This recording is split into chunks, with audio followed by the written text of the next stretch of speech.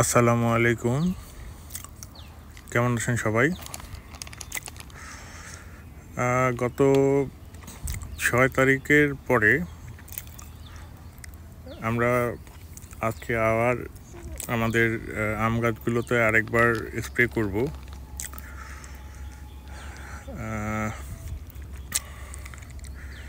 আমি আজকে আমার গাছে যেহেতু মুকুল চলে আসছে বাড়ি ফোরগুলোতে, কার্বেন্ডাজিম, ম্যানকোজেব আর হচ্ছে নাইট্রো, এটা হচ্ছে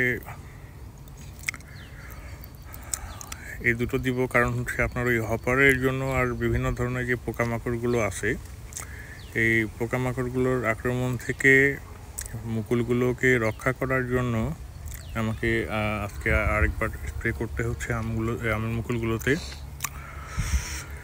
তো আমি অটো ক্রপের কম্পেনিয়ন এবং নাইট্রো এই দুটো একসাথে করে স্প্রে করব। এটা কম্পেনিয়নটা নিব হচ্ছে প্রতি লিটার পানিতে 2 গ্রাম করে, প্রতি লিটার পানিতে 2 গ্রাম। আর হচ্ছে নাইট্রো যেটা আছে এটা দিব হচ্ছে প্রতি লিটার পানিতে 1 মিলি করে। তো এই হলো আজকের আমার গাছগুলোতে আমাকে এই দুটো একসাথে ভালো করে মিশিয়ে স্প্রে করতে হবে পুরো গাছের মধ্যে, গাছগুলো ভালোভাবে ভিজিয়ে দিতে। আর এই যে দেখে আমার বাড়ি ফোরগুলোতে মুকুলের অবস্থা হচ্ছে এই। তো আমাদের ঔষধটা গত 6 তারিখে আমরা যে স্প্রেটা করছিলাম সেটা হচ্ছে ব্রোন, তারপরে হচ্ছে জিঙ্ক এবং ফ্লোরা, এই তিনটা একসাথে করে স্প্রে করা হয়েছিল। তো ওগুলো ছিল হচ্ছে মূলত মুকুলগুলোকে যেন পরাগায়নটা ভালোভাবে হয় সেটার জন্য। আর আজকে আমাদের যে স্প্রেটা করা হচ্ছে সেটা আরও 2-3 দিন আগে করতে পারলে ভালো হতো। ওই স্প্রে থেকে 3 দিন বা 4 দিনের মধ্যে, 4 দিন পরে করা উচিত। তো আমাদের আজকে সপ্তাহখানেক হয়ে যাচ্ছে। এটা হচ্ছে আজকে সপ্তাহখানেক হওয়ার কারণটা হচ্ছে আবহাওয়াজনিত কারণ। একদম কুয়াশাচ্ছন্ন সময় ছিল, যার কারণে স্প্রে করা হয়নি। এই যে মুকুলগুলো এখন এই অবস্থায় আছে, এখনও ফুটেনি। তো আজকের যে স্প্রেটা করা হবে এটা হচ্ছে হপার পোকা এবং যে মুকুলের ক্ষতিকারক যে পোকাগুলো আছে এই পোকাগুলোকে দমনের জন্য। আর মুকুল ফোটার পরে তো কোনো ধরনের স্প্রে করা যায় না, আপনারা সেটা ভালোভাবেই জানেন। মুকুল ফোটার আগে স্প্রেটা করতে হয়।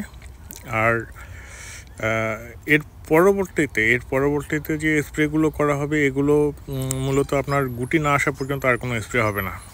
আজকের স্প্রেটা দিয়ে একদম যখন ওই যে মটর দানার মতো গুটি আসবে, এই গুটি আসার পরে আপনার পরবর্তী স্প্রেটা হবে আর কি।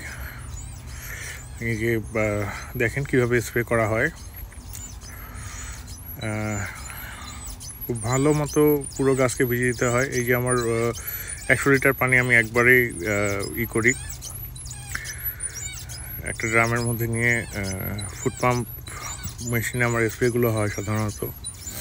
এই হচ্ছে আমার চাচা, দুষ্ট চাচা, ওনাকে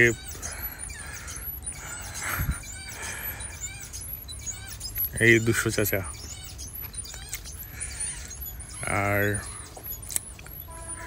এই যে মুকুলগুলোর অবস্থা তো দেখতেই পাচ্ছেন, মুকুলগুলো এখন কী অবস্থায় আছে, ফোটেনি এখন পর্যন্ত, যার কারণে আমার স্প্রে করতে কোনো সমস্যা নাই। তো ঠিক আছে, সবাই ভালো থাকবেন, সুস্থ থাকবেন। আর সপ্তডিঙ্গা এগ্রো ফার্মের জন্য দোয়া রাখবেন, আমাদের সকলের জন্য দোয়া রাখবেন।